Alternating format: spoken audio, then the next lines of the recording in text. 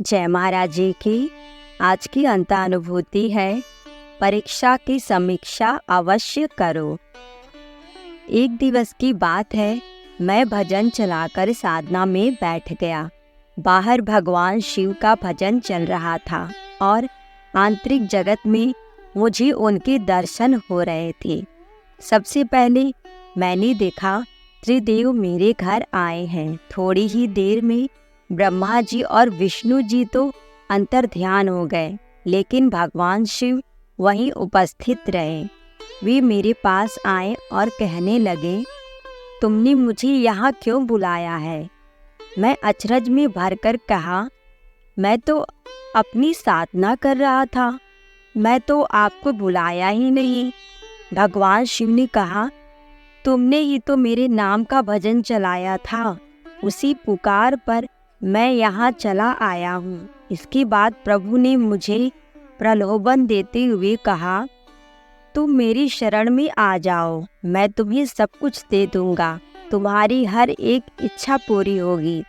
मैंने हाथ जोड़ते हुए कहा, नहीं भगवान, मुझे कुछ नहीं चाहिए। मेरे गुरुदेव की मुझ पर असीम कृपा है। देखिए, मैं ब्रह्म ज्ञान की ध्यान साधना कर रहा था और आप प्रकट हो गए।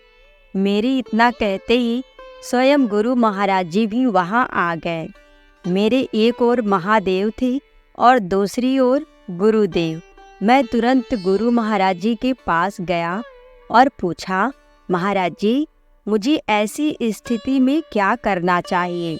गुरुदेव ने कहा, यह तो तुम्हारा निर्णय है। इन वाक्यों को कहते हुए उनके मुख पर गंभीर मुस्कान थी। जब मैंने महादेव की ओर देखा तो उनके मुख मंडल पर भी एक विषमकारी मुस्कान सजी हुई थी। स्पष्ट था कि आज मेरी परीक्षा है। परीक्षा की समीक्षा कर मैं तुरंत गुरु महाराज जी के समक्ष पहुंच गया।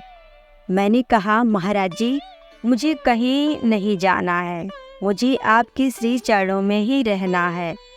महाराज जी ने मेरी इस बात पर कोई उत्तर नहीं दिया, वे मौन रहे। फिर मैं महादेव के समक्ष गया और बड़ी ही दृढ़ता से उनसे कह दिया, मैं अपने गुरुदेव के पास ही रहना चाहता हूँ। महादेव बोले, ठीक है, जैसी तुम्हारी इच्छा। इतना कहते ही वे अंतर ध्यान हो गए।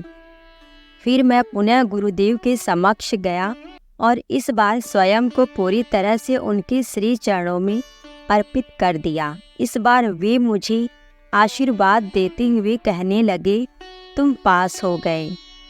तुमने गुरु का महत्व जान भी लिया है और समझ भी लिया है। साधना का शुभ अवसर मिला हमें संपूर्ण विश्व के कल्याण के लिए। आओ मिलकर करें दृढ़ साधना गुरु वचनों को साकार करने के लिए।